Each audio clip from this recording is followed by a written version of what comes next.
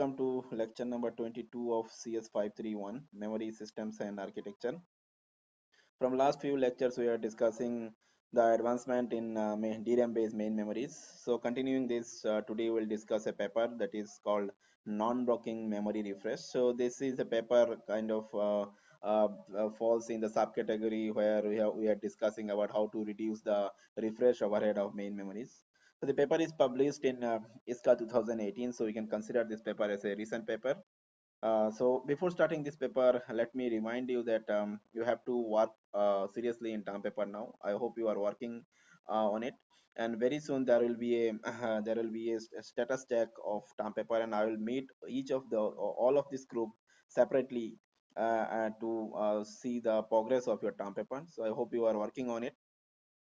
Another important point that you need to remember is to understand the concept of this paper, you at least know the basics of DRAM and the timing constant. So if you have skipped some of the lectures, then it is fine, but at least you should know the basics of DRAM. That is the first lecture that I have uploaded before midsem, and the second lecture, or that is the first lecture of DRAM that I have uploaded after midsem. These two lectures are compulsory to understand the remaining lectures. It is compulsory. So let's start today's presentation. Before starting the discussion about the paper, let us quickly understand some of the basic DRAM refresh techniques. The basics I'll discuss today are not completely covered previously, hence I'll advise you not to skip this. And also I'm assuming that you know the terms like DIMM, rank, channel, chip, bank, row buffer, sense amplifier, bit line, word line, activation, pre-charge, memory controller. Make sure that you know all this concept. You should also know the timing constant like TRCD, then what is refresh period, then TRFC, refresh interval. All these things you must know, and I am not going to explain these terms in detail today.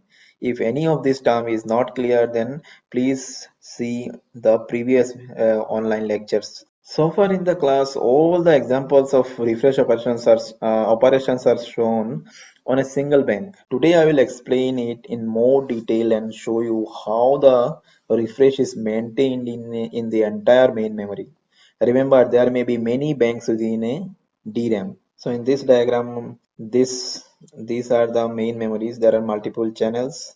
A channel can have multiple DIMMs, and a DIMM have multiple ranks. In this case, the DIMM has two ranks, rank 0 and rank 1, and this is the picture of a particular rank, where a rank has multiple chips and each chip has multiple banks like this. So all these things are clear to you. I am not explaining all these things in more detail. Today I will discuss that how the DRAM controller refresh the entire main memory. Mostly in my previous classes, I've only explained how a particular bank is refreshed by the memory controller, but today I'll explain how the entire main memory is refreshed by the memory controllers.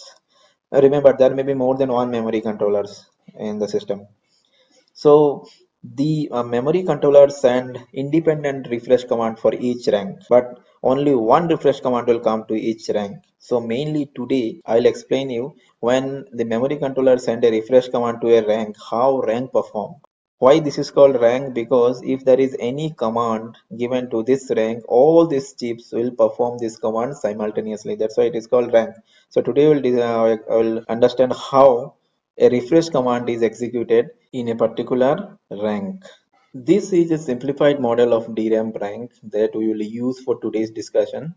The rank has four chips: chip number 1, chip number 2, chip number 3, chip number 4, and each chip has four banks, and each bank has only a single array. This is a single array, and it is not dividing into further sub arrays. This is a simple model that I assume for today's discussion. This is memory controller. The bottom line is the data line, and the top line is considered as command and address bus. So please remember that the picture is not showing all the connections of a rank accurately. Assume that all the commands are supplied by the command by this line, this upper bus. So memory controller will supply all the command to this rank through this command bus. So as I already informed that whenever a command given to a rank, all the chip perform it simultaneously or execute it simultaneously. But what about the banks? Each chip has multiple banks. So if whenever we supply a command to a chip, does it mean that all the banks execute this command simultaneously or not? So I left this for you to find the answer, but let me inform you that normally if I only concentrate about the refresh command, then refresh command simultaneously execute in all the banks. So how a refresh command execute? When a refresh command is issued to this rank, then all the chip will simultaneously execute the refresh command. This is the first point. Second point is all the banks within a chip also simultaneously execute the refresh command. But I'm saying it only for the refresh command, not for other commands. So once the refresh command is sent to the rank, all the chip execute it simultaneously. Also, all the banks in a chip execute it simultaneously. For example, if row 1 is, for example, this row 1 in bank 0 is refreshing currently, then at the same time, row 1 of this bank will also refresh. How this is possible? How each bank can independently perform refresh simultaneously? Because each bank has its own sense amplifier or row buffer. The input output circuit is shared, but sense amplifier is individual for each bank. That's why independent parallel refresh operation can be executed within the banks, within all the banks in a chip. So please remember this diagram for next discussion. This entire diagram you have to remember for the next discussion. So let me explain you now that how a refresh is performed in a rank. So normally a refresh started with a refresh command issued by the memory controller. And also in last class I explained you that all the rows are not refreshed at a time. So all the rows will be refreshed issuing multiple refresh command. So for this particular example there are 12 rows in each bank. So assume that each refresh command will refresh only 4 rows at a time. So if one refresh command is refreshing 4 rows, then total 3 refresh command is required to refresh all the rows.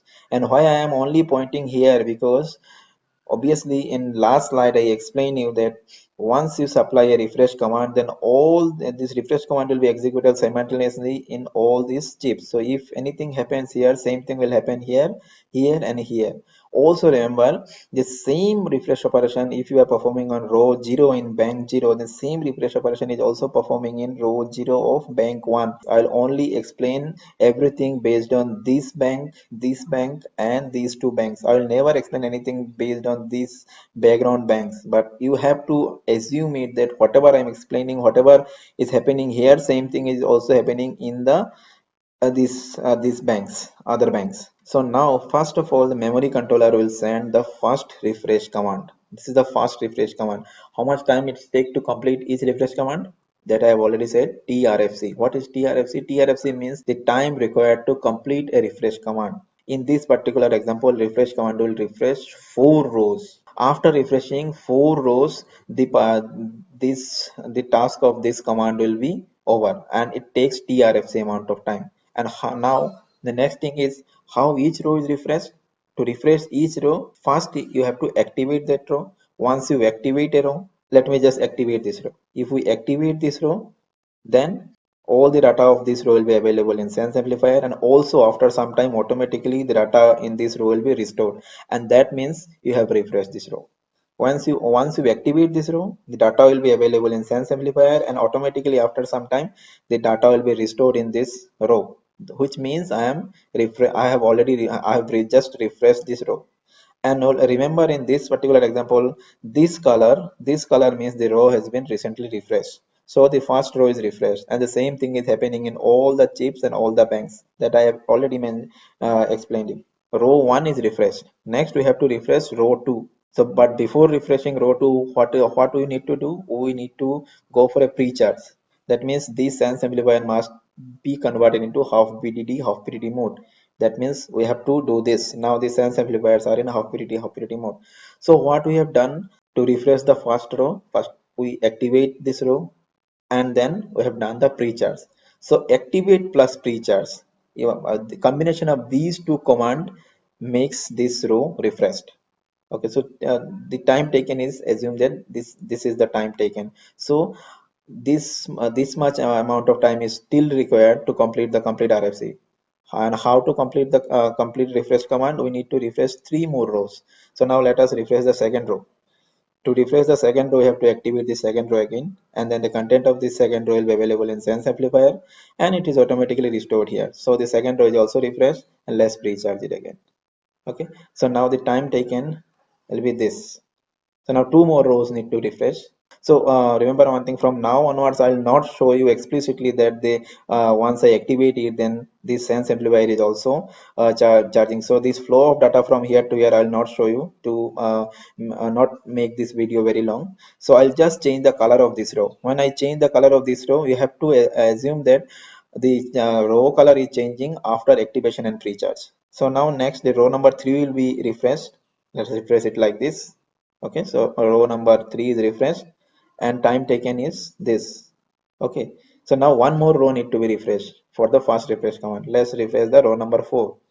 After refreshing row number 4, if you see here, then this fast refresh command is completed, and it took TRFC time. The whatever time it takes is called TRFC time. Okay, so initial 4 rows are now refreshed. So now after some time, the memory controller will issue the second refresh command, and the second refresh command will be issued after the TRFI time. This is called refresh interval. After this time, the second refresh command will be issued. So the second refresh command will start refreshing rows from here.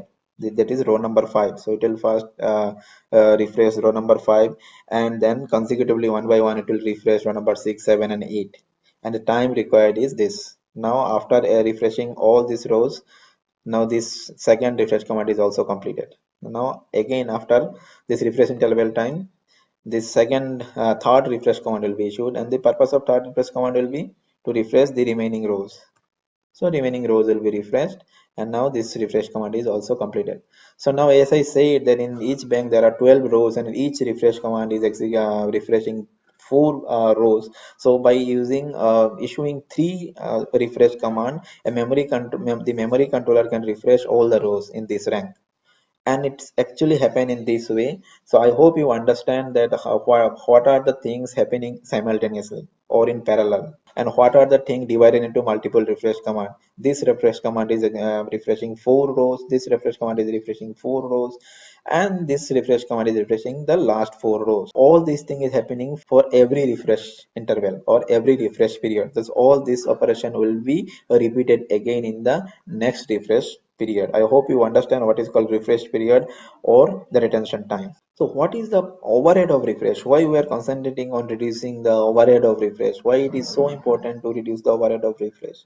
So let me give you an example. Suppose this memory controller sends the first refresh command, and currently the first refresh command is executing, and it is executing. That means assume that it has just refreshed the first row. It need to refresh the 3 more rows to complete this command. That means what I am trying to say, that assume that the first refresh command is executing here in all the ranks. After some time it will execute. Once it complete all refreshing all these 4 rows, then this is completed. So but before this it is under execution. So now assuming that this is under execution, so in this at this moment the complete rank is blocked. Are you agree with me?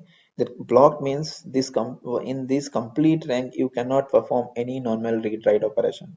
Why any read write operation is not possible? Because for any read write operation you have to use the sans amplifier, you have to use the bit line. That means you have to go for a activate command. How you will use this? Because the sans amplifier and the activate command are using by refresh operations. So normal read write operation is not possible. That means the rank is blocked. And in last class also I discussed that as the density of the DRAM or the main memory is increasing, this RFC time is also increasing. It is not decreasing. This RFC time is keep on increasing. So if the RFC time is increasing, that means blocking time is increasing.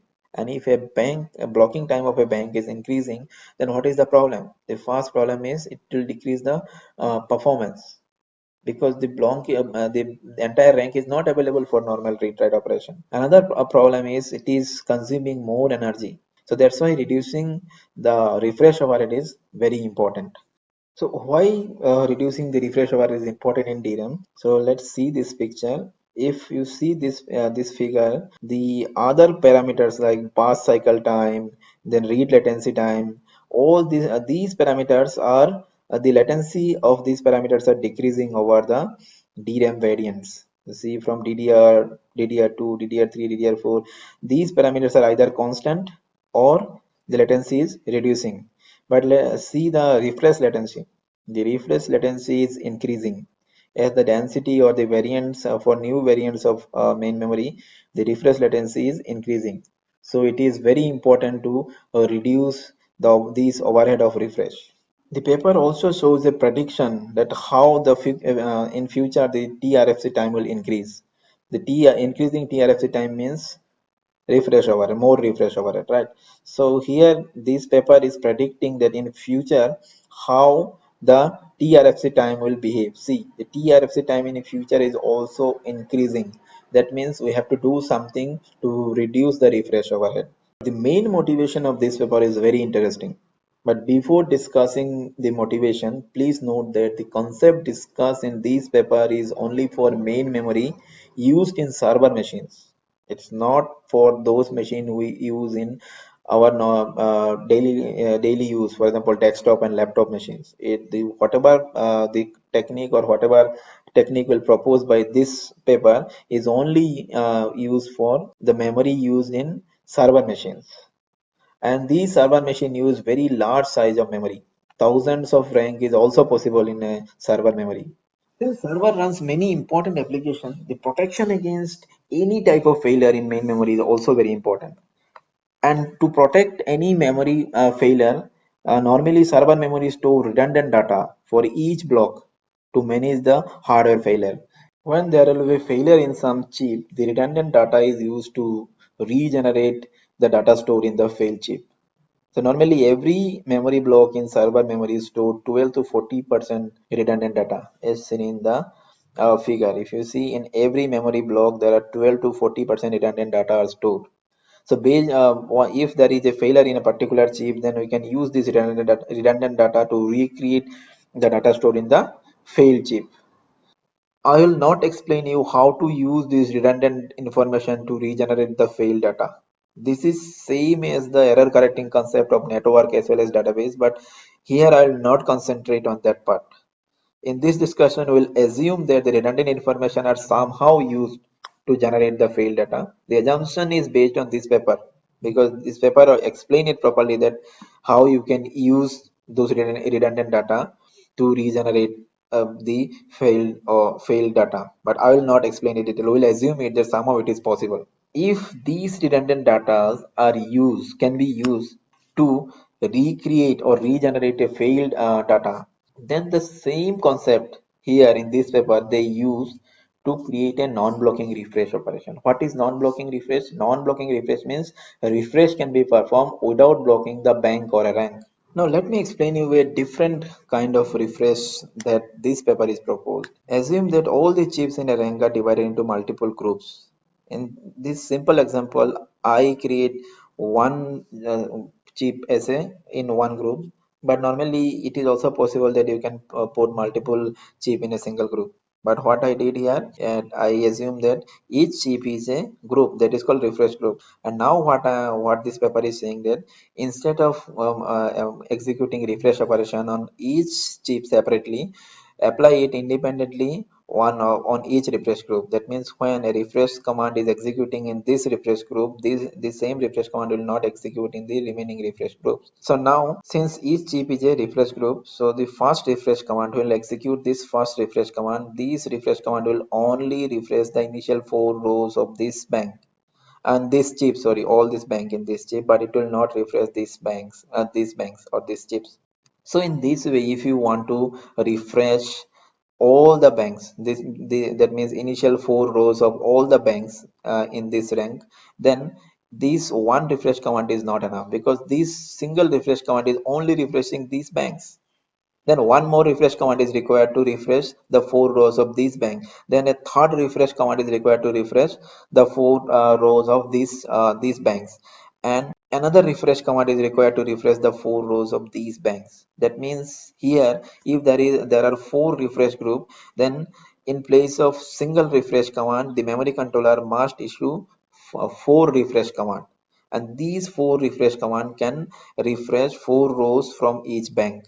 So that means one refresh command of previous slide is now divided into four refresh command. And remember, the TRFC time is not decreased because in previous slide I said all the banks were executing the refresh operation simultaneously. That means here also the TRFC time will be same. That means that TRFC is time taken to refresh four rows at a time. This is called TRFC. The time will be same. That means number of refresh command will be more. So now let's concentrate on the fast refresh command. The fast refresh command will refresh first four rows from this chip. So now assume that the first refresh command is under execution and it has executed first two rows, and now it is executing the next two rows. This, so that means the blinking of this rectangle means the first refresh command is now executing. Suppose in this situation memory controller wants to read a particular memory location from this rank. For example, suppose the location is uh, bank 0, row number 1 and column number 1. In my previous classes also I explained you that whenever I say that memory controller wants to read bank 0, that means memory controller wants to read a location. That location is not just a location for one chip. If this is the location, then memory controller will read this location, this location, this location, and this location simultaneously, and all the data will pass through this circuit, and combining all the data, the final data will be sent through this data bus. This is how memory controller reads something from a rank. So continuing this example, what I said that suppose in this situation memory controller wants to read a location which is bank 0, row 1, column 1. That means this one, row 1, column 1, from all this bank, from here, here, here, and here. All this content must be available through this bus. This is what memory controller is want to read. So what memory controller will do? Memory controller will send a activate command. Can you execute this activate command in fast chip? In this chip? No. Why? Because I already said that assume the refresh operation is going on here, but the refresh operation is not executing in this three chip. So the activate command can be applied in the remaining three chip. So let me apply the activate command in these three rows. Once we apply the activate command in these three rows, data will be available in sense amplifier. After some time, memory controller will send a column read command, and based on this column read command, the content of column number 1 from all this will be available in input output circuit, and then through input output circuit we can send the data. But do you think the data is complete? The data means there is a part here, there is a part here, there is a part here, and there is a part here. Let me say that the data coming from this chip is P1, the data coming from this chip is P2, the data coming from this is P3, and the data coming from this here is P4. So the main data, the data block that the memory controller is requesting is a combination of P1, P2, P3, and P4.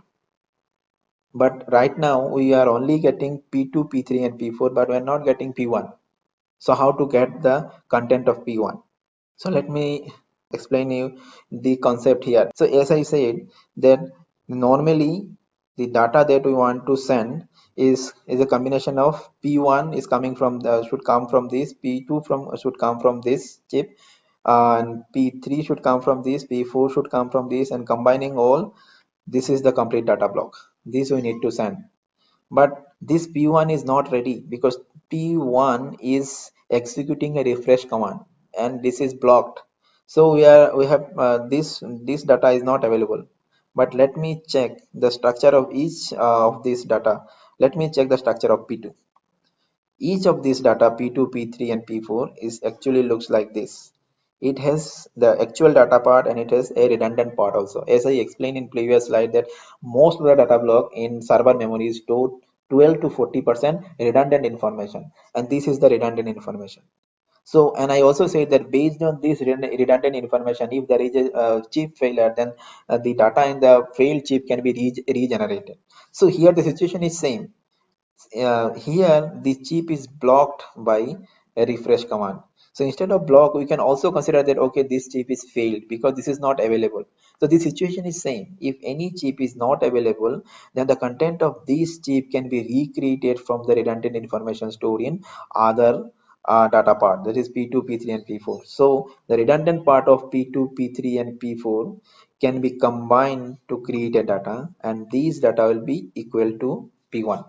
That means we can recreate the content of P1 by combining the redundant data of P2, P3, and P4. And this is the main concept of this paper. They are using the redundant information stored in memory server, and based on this redundant information, whenever a chip is refreshing, then also the data coming from other chip, we can the redundant information from other chip can be combined, and the data stored in this chip can be recreated. And now we have the P1, P2, P3, and P4. So the final data block can be sent to the memory controller. So what is the advantage here? The advantage, you can see that we can refresh the entire rank, but we are not blocking the rank. So when the refresh is performing, we can also read from this rank. I'm not saying about write. There is a problem with write. I'll discuss later. So why this redundant data can be used for non-blocking refresh? Because normally these redundant data are stored in server memory for hardware failure, not for non-blocking refresh. But somehow this paper is using the same concept or same redundant data for non-blocking refresh.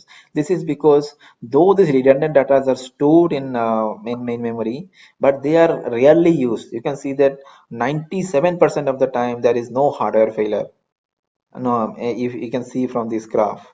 So since this, though these redundant data are kept for hardware failure, but since the hardware failure is very rare, so we can use this for some other task or other purpose.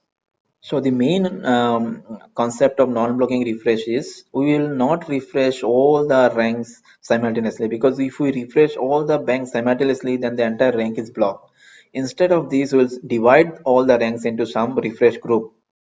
So there are four refresh group here. Memory controller will issue a refresh command, and then this refresh command will only refresh a particular refresh group. For example, when this refresh group is refreshing, then these refresh group are free or open to go for a normal read write operation. And when suppose this particular chip is doing refresh, so this is blocked, so the content of this data can be recreated from the redundant information stored in these chips. But as I said previously, that since now here one refresh command is only refreshing the 4 rows from here.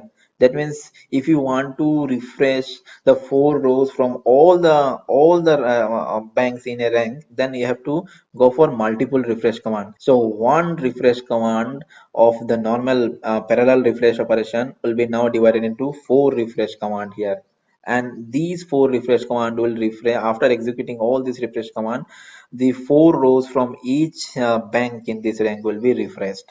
So what is happening here, that non-blocking refresh is a technique that we can refresh the entire rank without blocking it for reading. We can still perform read when we are executing the refresh command. But there also exists a small problem. We have to send multiple refresh command, and all this command must flow through this command or database. Previously, to refresh the entire rank, all the rows in the rank, how many refresh command were issuing by memory controller? 3.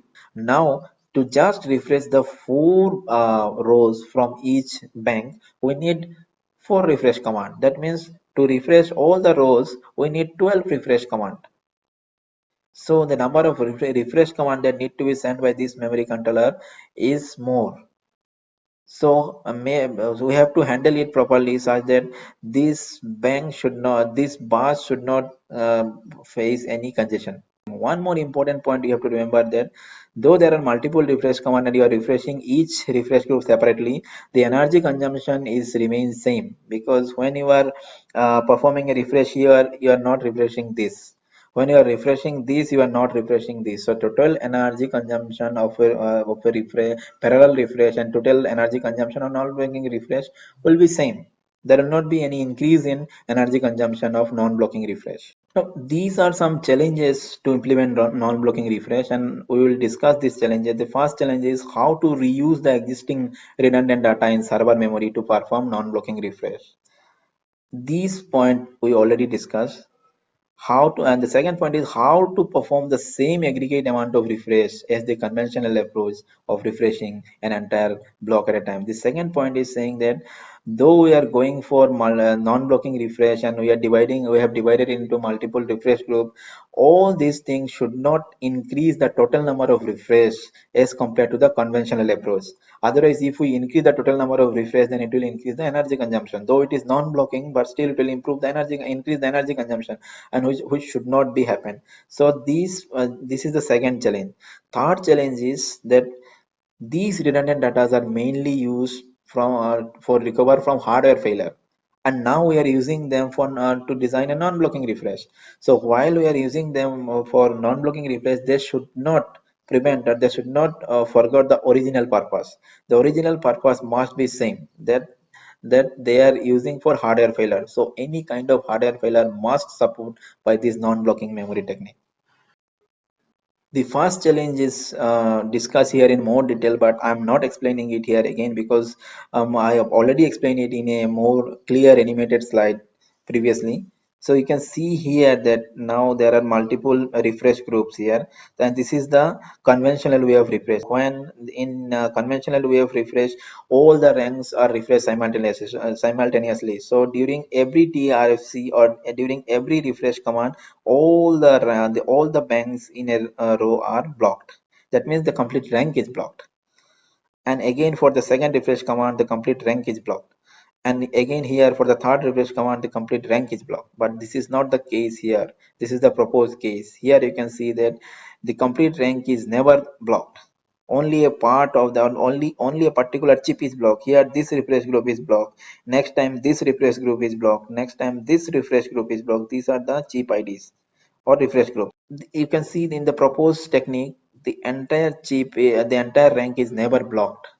That's why it is non-blocking. The second challenge is interesting. The second challenge, as I said, is how to ensure how to ensure that the chip performing the same amount of refresh as conventional blocking refresh. The first issue is bandwidth issue of the command bus that I have already explained. And if you read the paper, you will find that they explain it that this is not creating any major overhead of and major issue for this bandwidth in command bus. The second problem is the write.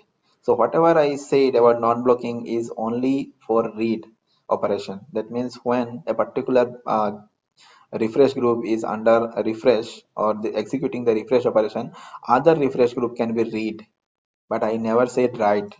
But write is not possible.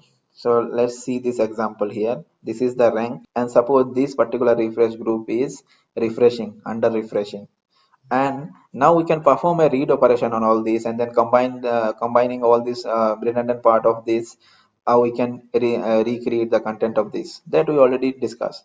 But right at the time of write, we have to write something here and we have to write something here also, but this bank is blocked. That means we cannot perform a write operation. So write operation will be blocked. So this is the main issue. So if we cannot handle the write operation properly, then the entire advantage that we are getting from non-blocking technique will be vanished.